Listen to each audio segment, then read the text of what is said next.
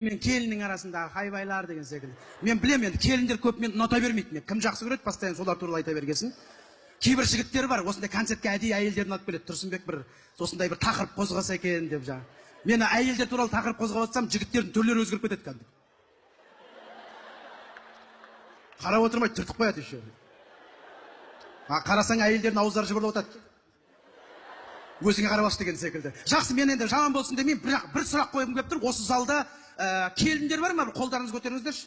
Келіндер бар ма? Бір ажыратып жіберейін деп тұрған жоқпын, қорықпаңыздар. Бір жай ғана сізге бір сұрақ қояйын, жай сұрақ қояйын, сізге қысылмаңыз.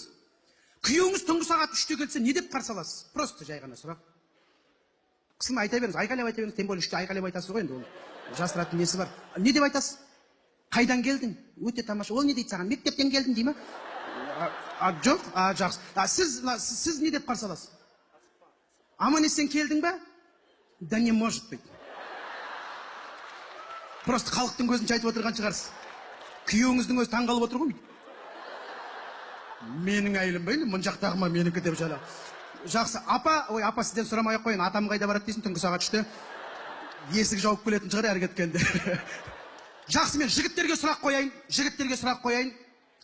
Ер азаматтарға. Кімнің әйелі түнгі сағат 3-те келгенде аман есен келуіңмен қош келдің деп қарсы алады? Қолдарыңыз көтеріңіздер, қысылмаңыздар. Вообще адам жоқ па залда? Түнгі 3-те келетін адам жоқ па вообще? Ладно, түнгі сағат 4-те келсем. Жоқ па? Астананың вообще негізі келіндер мықты екен негізі бар ғой. Не то что 3-те келмек түгіл, тіпті қолын көтере алмай отыр ғой деймін де. Ана жақта біреу көтеріп жатыр, молодец. Әйелін көтер дедім, әлде өзің көтеріп жатсың ба? Жақсы, мен неге қозғап жатырмын? Бұл қазіргі таңдағы өзекті мәселе. Қазіргі осы жас келіндер күйеуің баққаннан басқа жұмыс жоқ ау деймін, осы бар ғой. Мен шын айтайын, бір жерде достарыңмен отырсаң, түнгі сағат 2 болып қалып отырып, телефон соғып отырып алмай отырсаң, қасында отырған жаңа танысқан досыңның өзі звондап отырады ғой. Что-то сен әйелің звондап отыр маған дейді. Уже әйелің сонымен отырған тау болады, ода тау бар ғой. Қазір видео звонок деген бар. Кейбір жігіттерді қарасаң, әйеліне отчет тапсырып отырады видео звонок арқылы. Ей, жігіттеріме отырмын. Міне. Бәке, қолың бұлғап қойшы. Специально кірейін, ішпейтіндерді көрсетеді. Міне. Мен таңғалам ба? Мен залда міне әжелерімді көріп өттім, бірінші қатарда отыр екен, аман болыңыздар. Кезінде аталарымыз ұлан байтақ жер, қазақтың жері кең ғой, Аллаға шүкір. Сонда жұмыс бабымен елдің ана басына мына басына барып келгенше 3 ай өткен екен. 3 ай. Сонда әжелеріміз үйде отырып дұға тілеп, Алладан шалының аман есен үйге келуін тілеп отқан. 3 айдан кейін үйге келген, не қарсы алған 3 айдан кейін аман есен келуіңмен қош келдің деген. Я, апа, солай ғой. Міне апамыз я деп отыр.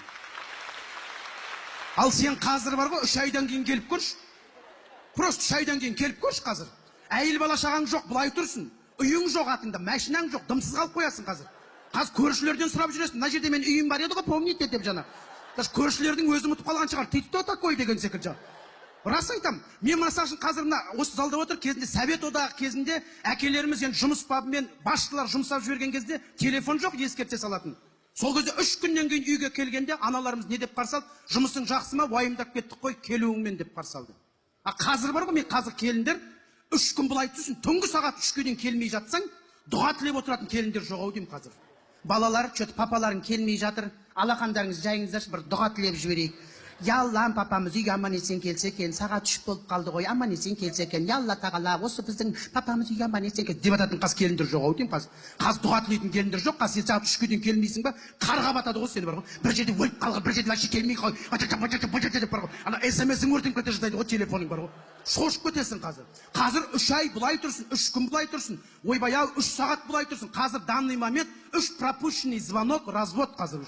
Біз сондайға жетіп қалдық қазір бар ғой. Қазір мен жақында бір отбасы үйленді, жас семья, күйеуіне 3 рет звондаған әйелі, күйеуіне 3 рет звондаған, алмаған, кетіп қалды. Дұрыс па деймін де. Бара-бара 3 секунд көзіне көрінбесе кетіп қалатын шығар деймін де. Мына деп жана алдан тапыр-тапыр етіп жана. Соған жетіп қалдық деймін де. Мен таңғалам, қазір неше түрлі ресторандарда той жасап жатады. Ана тойдың бюджетін қарасаң, экспоның бюджетімен бірдей почти бар ғой. Артынан естіп жатасың, келін кетіп қалды дейді. Таңғалам бар, қандай тойлар артынан келін кетіп қалды дейді. Мен барлығына бірде күйе жағып жатқан жоқпын, бірақ қоғамда бар. Бұрын жаңа айттым, палатка жасаған тойда бәлшік кетіп жатыр деп естімейтін едік. Сен мен тойым палатка жасадым, төбесі тесік-тесікмен кетіп қалдым деген кетпейтін еді осы. Расымен сондай. Мен таңғалам, қазір үйге не алсақ та бәрінде гарантия бар. Телевизор алсақ та гарантия бар. Холодильник алсақ та гарантия бар. 3 года деп еще бетінде жазып тұрады. Машина алсаң да гарантия бар, ыдыс алсаң да гарантия бар, мебель алсаң да гарантия бар. Осы нағып келіндерге гарантия қоймаймыз деймін да. Жоқ, болашақта не күтіп тұрған білмейміз ғой. Ұялатын ештеңе жоқ. Құдалықта кәдімгі екі жақ нотариуске барып, договорға қол қойып, неше түрлі пункттарын істеп, келін кетіп қалып жатса, ұл жақта өткен тойдың шығынын сендер төлейсіңдер. Кінә ұлдан болып жатса, қыз жақта өткен тойдың шығынын сендер төлейсіңдер. Вот, сосын спокойно той жасай бер. Содан кейін рахат үйдің ішінде ұрыс керіс жоқ. Ешкімге ұрыспайды. Договор жатыр үйде. Келін жұмыс істемей жатып алды ма, оған айқайлаудың керегі жоқ. Сервис центрге звондайсың. Бір кезде мамасы келіп тұрады. Сәлеметсіздер ма? Тағы шақырдыңыздар ғой. Не болып қалды тағы да деп. Қыздарың жұмыс істемей жатып алды енді деп. Не может быть, қазір мен сөйлесіп шығайын.